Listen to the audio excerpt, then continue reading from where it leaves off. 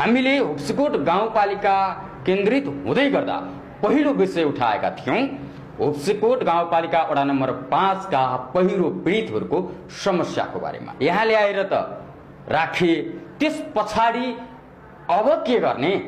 त्यस पछाडिको काम भनेको गृह मन्त्रालय अन्तर्गतको हो, त्यस पछाडिको काम भनेको जिल्ला प्रशासन कार्यालयको हो। अन्तिम विकल्प त्यही नै हो, त्यही मात्रै हो उनीहरू बस्ने, अथवा त्यसभन्दा अरू केही विकल्पहरू हुन सक्छन् भन्ने हाम्रो प्रश्न यहाँनिर हो के? त्यो अनुसार स्थानीय तहले चाहिँ त्यहाँको प्राविधिकले उनीहरूको घरको सबै सर्वे गरेर यो चाहिँ पीडित मान्छे हुन्, प्रभावित भनेर आउनुपर्छ। हजुर हजुर। तर म आइसकेपछि त्यस्तो फाइलहरू यहाँ मेरो टेबलमा आएको चाहिँ छैन। होप्सकोट गाउँपालिकाको पहिरो पीडितको फाइल तपाईले अहिलेसम्म देख्नु भएको छैन? छैन, मसँग आएको छैन। उनीहरूको समस्यामा सम्बन्धित निकायले छिटो भन्दा छिटो चासो देखाओस् र समस्या समाधान गरोस्।